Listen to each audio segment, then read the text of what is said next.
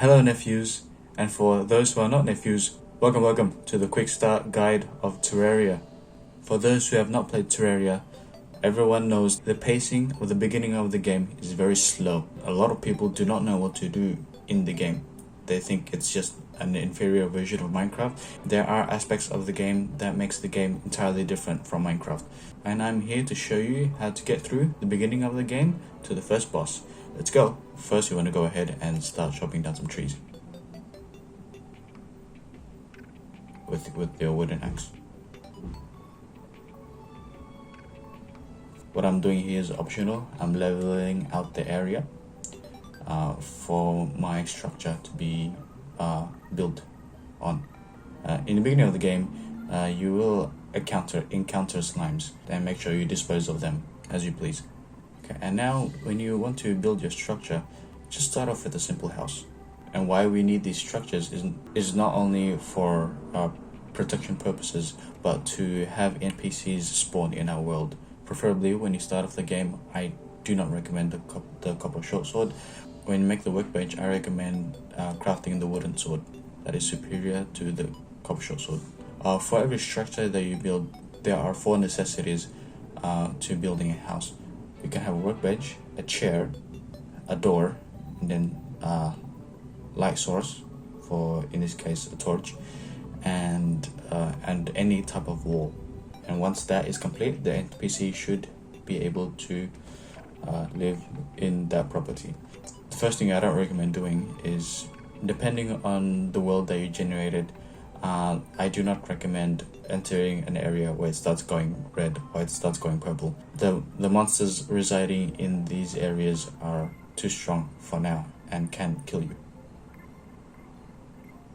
More often than not, on either side, you should be able to come across a desert biome. I recommend obtaining these cactuses here. These cactuses can be useful for very early armors and tools.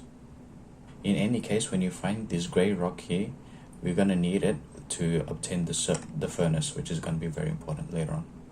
You are bound to come across some chests.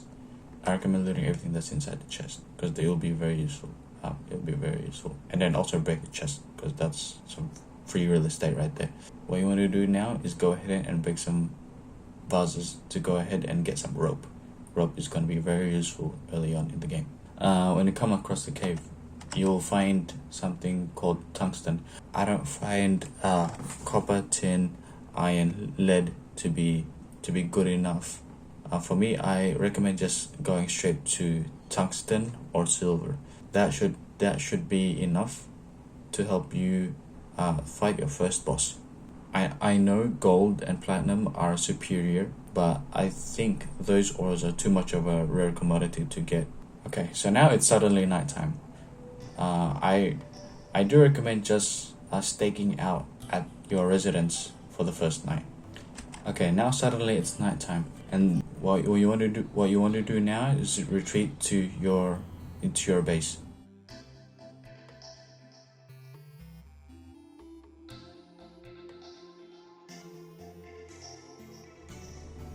And then stay the night at your base. Maybe take a few pot shots at the monsters in your base. What would be preferable is that you take out these demon eyes.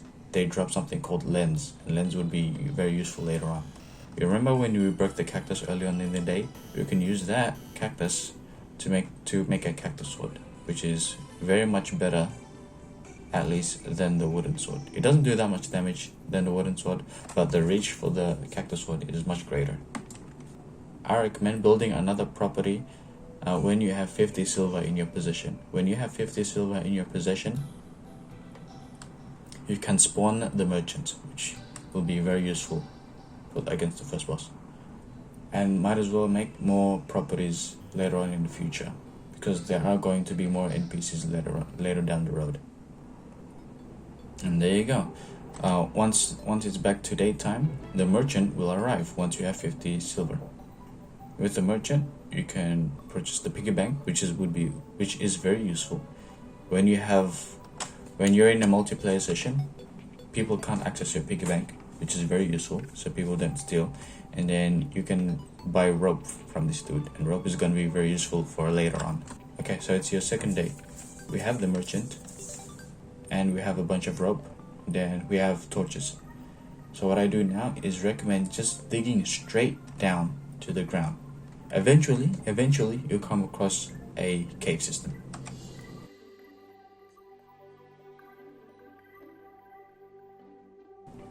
Because you're thinking to yourself, how can I get back? Well, since you dug yourself a straight line down, you can just place the rope and then you can get back to the surface.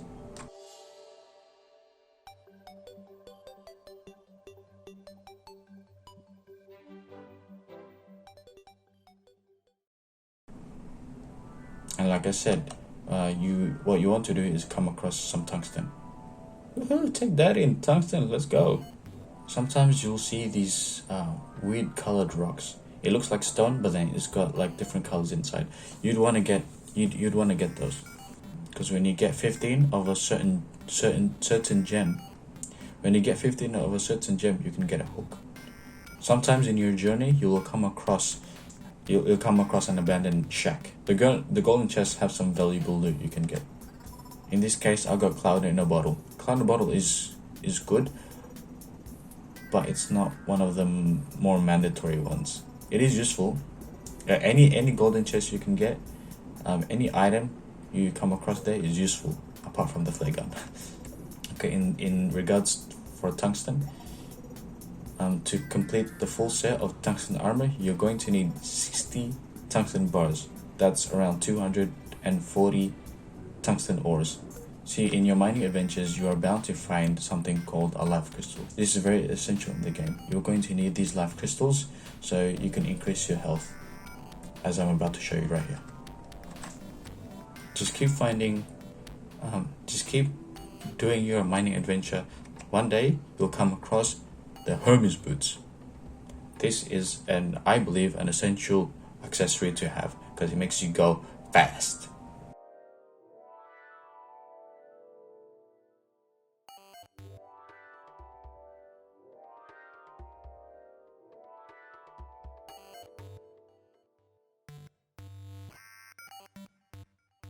So just keep mining tungsten, keep finding tungsten, and eventually you'll have enough for a full set of tungsten armor. Delicious.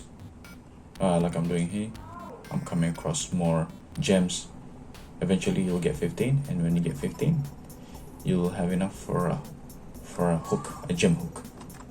Another essential item to get when you come across mining is the magic mirror. With the magic mirror, you can teleport back to your spawn with 20 mana. You can, in your mining adventures, come across a suspicious looking eye. This is what you need to spawn the first boss. Alternatively, you can keep killing the demon eyes, and when you get the lens, I recommend going to a demon altar and crafting the suspicious looking eye. So where are we up to now? We got a full set of tungsten armor, Hermes boots, and magic mirror. You got a bow, tungsten bow preferably, with arrows in them. You have shuriken from the merchant. You have life crystals, increased life crystals to increase survivability of this. I recommend a long wooden platform going across the sky, so it will be easier to fight the Eye of Cthulhu. I believe this is enough for us to go fight the first boss.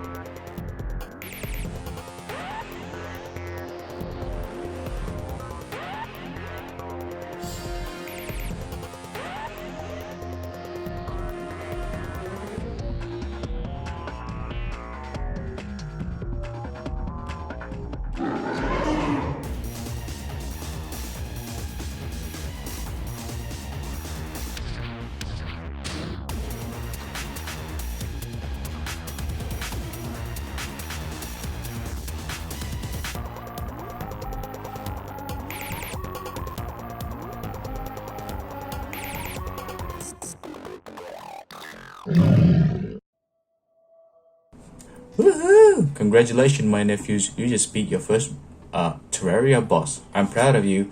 And for everyone else who participated in this video, thanks a lot. If you have any other video suggestions, please let me know, and I'll see you guys next time.